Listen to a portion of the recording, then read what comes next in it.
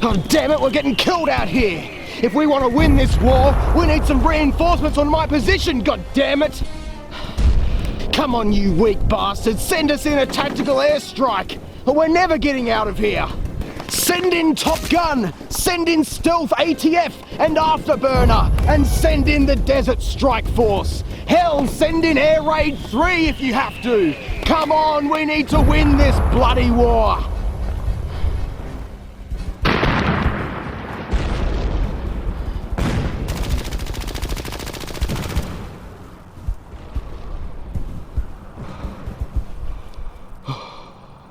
Retreat! Retreat!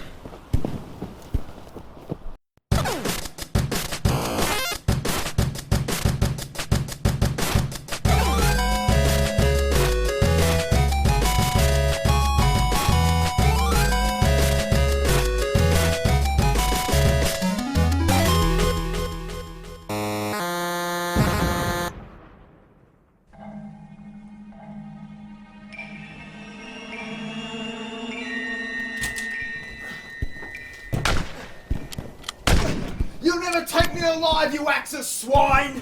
I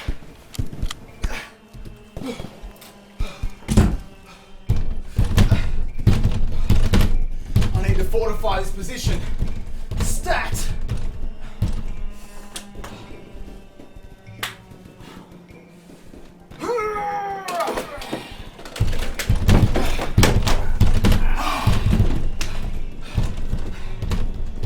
That should hold them. At least I hope it does. It's an absolute war zone out there. I tried to tell them that we didn't stand a chance in this battle, yet they had us pinned down in seconds.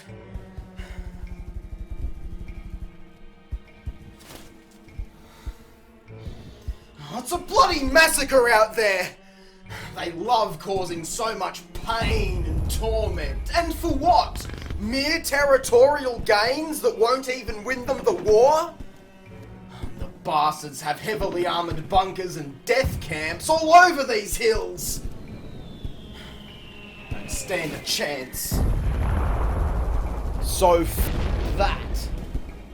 We're gonna lie low here until the war is over.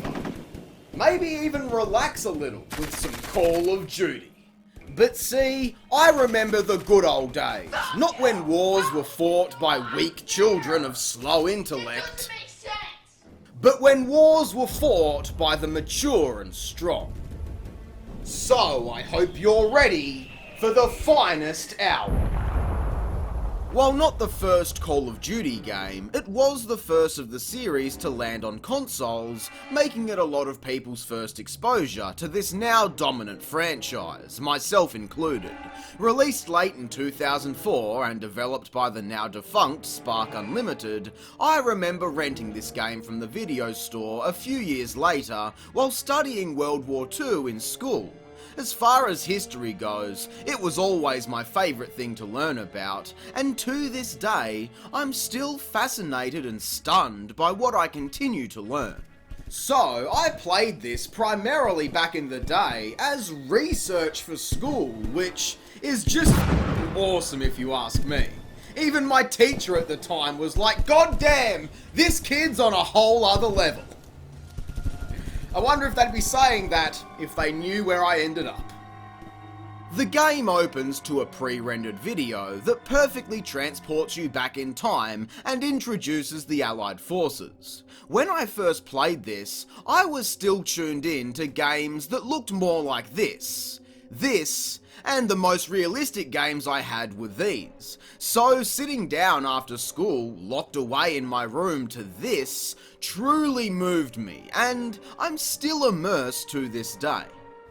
Now before you freak out, nostalgia bias and all that sort of stuff, keep in mind I was never actually the biggest fan of this, purely because of the difficulty. When I rented the game as a kid, I had so much trouble and never actually finished it, and the only other time I've tried to play through it, I got bored and quit halfway through.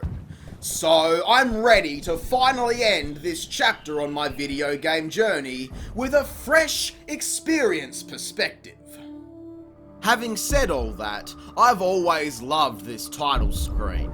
It's so eerie and ominous, with a lack of much music and the constant barrage of explosions off in the distance. I mean, when was the last time you heard me compliment a title screen? That's how impactful this is. Before each section of the game, we're given a history lesson on the events that have taken place during the war up until that point. And this truly is a game of historical accuracy. Not so much for the precise events that take place, but a lot of the levels were inspired and do take place during real battles. We start the game on the Eastern Front as the Russian allies row to shore towards the Battle of Stalingrad, one of the largest battles of the entire war.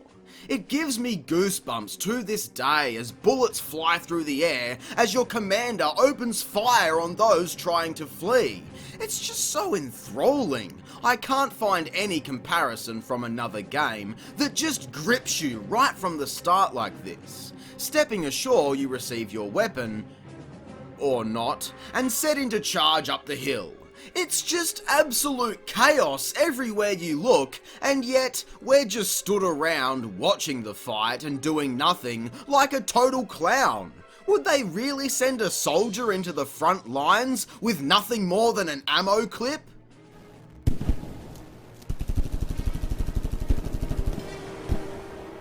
Excuse me, sir, so do I just throw these things, or... Over here. Oh, hang on. It's okay, don't worry, I found a gun. Sorry to bother you. I'll be fine now. All jokes aside, it is a very thrilling introduction, and the following level, The Flag Must Fall, is still one of my favourites. We have to climb a hill to take out several German machine gun nests and work our way to the top. The entire thing is accompanied by an amazing musical score that just makes your heart race constantly. In fact, the entire soundtrack is just absolutely exceptional, made up of some of the best orchestral tracks I've ever heard, keeping you on your toes around every corner. Would you believe I actually recreated this entire level in college for my major 3D graphics design course, and while it's no masterpiece, it's crazy playing this level again for the first time since then, seeing what inspired me all those years ago. And not to toot my own horn or anything, but just look how precisely accurate I replicated the detail in those grey, gritty, dark, disgusting graphics. I've moaned about dark games before, and to be honest, it's not as bad elsewhere through the game as we see here in the earlier stages, but it can still be really hard to see what's going on at times. And with everything being black, grey, or any various shade of shit, the visuals act as a nice smear across the screen. Makes everything blur together at times. Of course, the gritty, colourless graphics would go on to dominate the modern generation of games that after more than 10 years of darkness, we're only just starting to find our way into the light. But having said all that, I do love the tone this game carries and the stories it tells, as they only complement the dank, depressing atmosphere. But one aspect of this game that still gives me trouble, even to this day, is the difficulty. While missions such as protecting the tank from an onslaught of baddies are a lot easier than I remember, the following mission, Breakdown, is still an absolute nightmare for me. I don't even know why, but it's incredibly challenging protecting this mechanic from all these foot soldiers coming at it. And once you get past that, you actually get to drive the tank. It does control realistically, and I do think it's a fairly good vehicle, but it does not like taking damage. Even on easy, it can still be relentless to pass as there are no checkpoints. These days, we're programmed to expect regenerating health and respawn points around every corner, but it wasn't always like that for the series. Health items are dropped randomly by enemies for a tiny bit of life, but med kits need to be used manually. and they're sparse at times, so when a soldier accidentally walks in front of you while you're trying to heal and wastes your last med kit, it's a real shit sucker. The tank, however, will slowly regenerate, but once the initial shield is gone, it's gone forever. So combining that with a lack of checkpoints is a real problem for me. Some of these levels go on 20 or 30 minutes, yet you only get a single checkpoint to fall back on, if any at all. But with some patience and a bit of luck, you can get through these missions. None of them are impossible, though it can sometimes feel that way. The generally slower and stiffer movement also doesn't help, but I won't argue that it hurts this game at all. It really does add to the realism Call of Duty was known for at the time, as this is more of a war simulation title than a mind-numbing action game with advanced technological warfare. Plus, we are given more than enough firepower to take out every bastard we meet. From the rifles, automatic machine guns, and various explosives, we've also got this contraption of mass destruction. I call it the UFO. I just wish when the magazine was empty, you could take it off the gun and frisbee it fair across the room for a direct headshot on the nearest Nazi soldier. That would be super effective. Once we make it out of Russia, we get to have a brief stint in North Africa, helping the British units sabotage a fuel depot and raid an old fortress. The first few levels can be quite dark and just littered with heavy opposition at times, but they're still enjoyable enough. Brian Johnson of AC/DC fame voices our sergeant during these levels, so what can I say? They are easily some of the best missions in the entire game for me.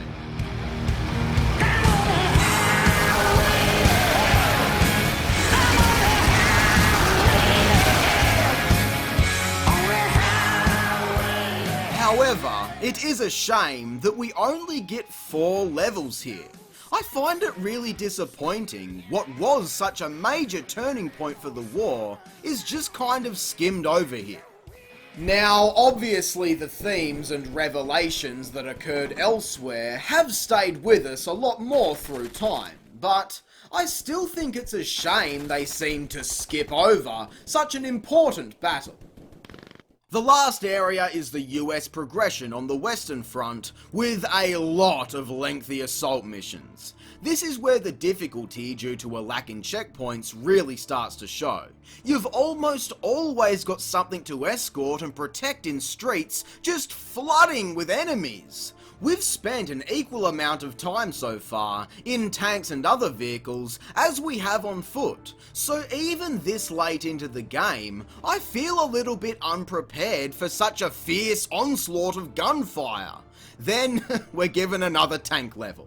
This is as far as I made it when I first rented this game as a kid, and in retrospect, I did a pretty good job to get this far.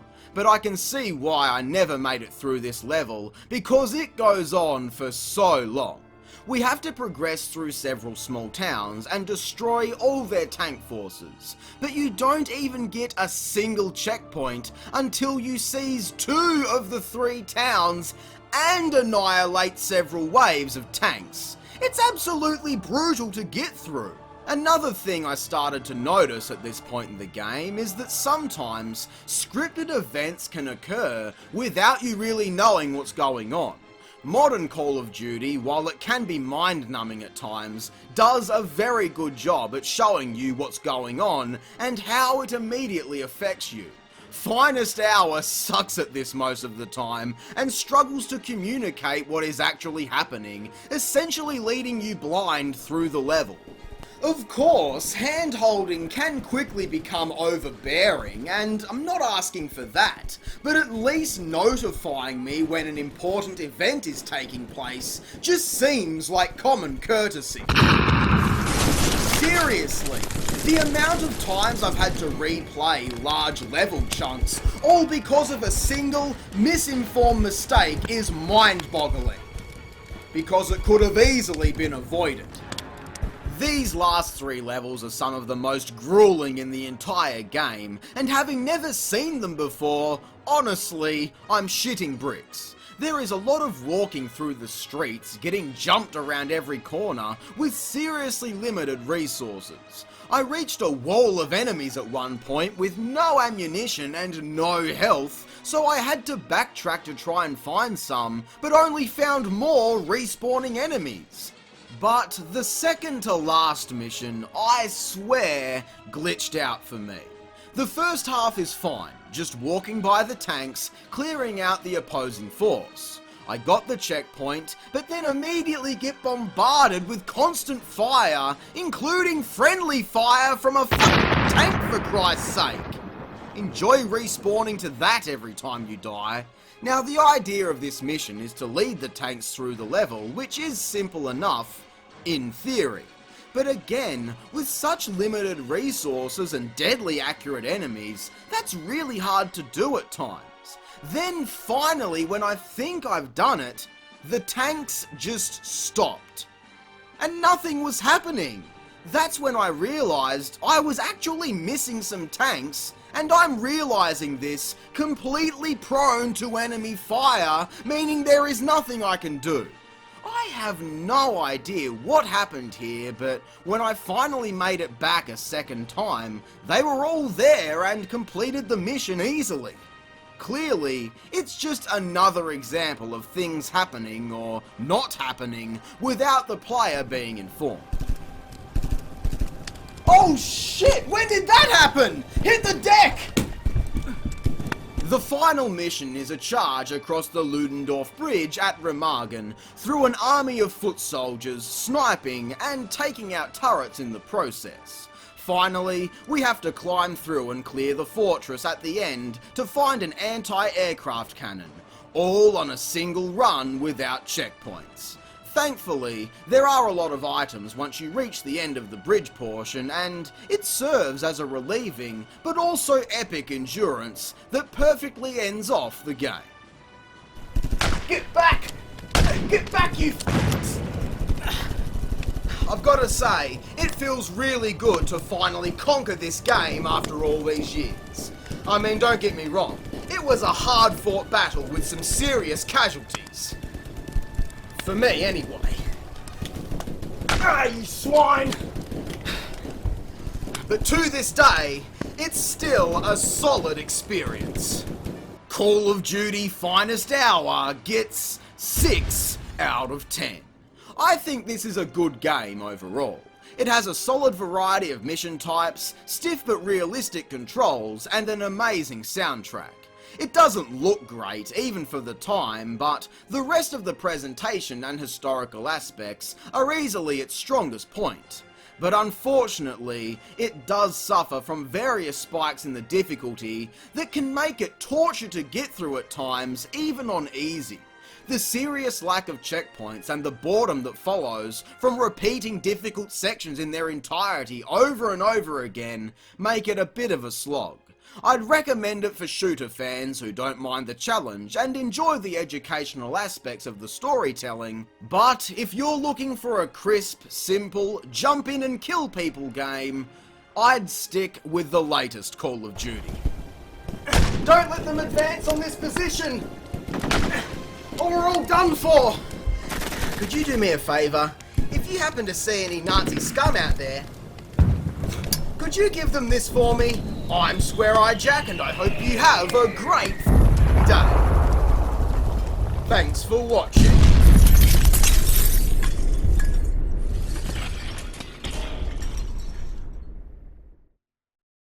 Wait a minute. This isn't a real grenade. It's just a toy.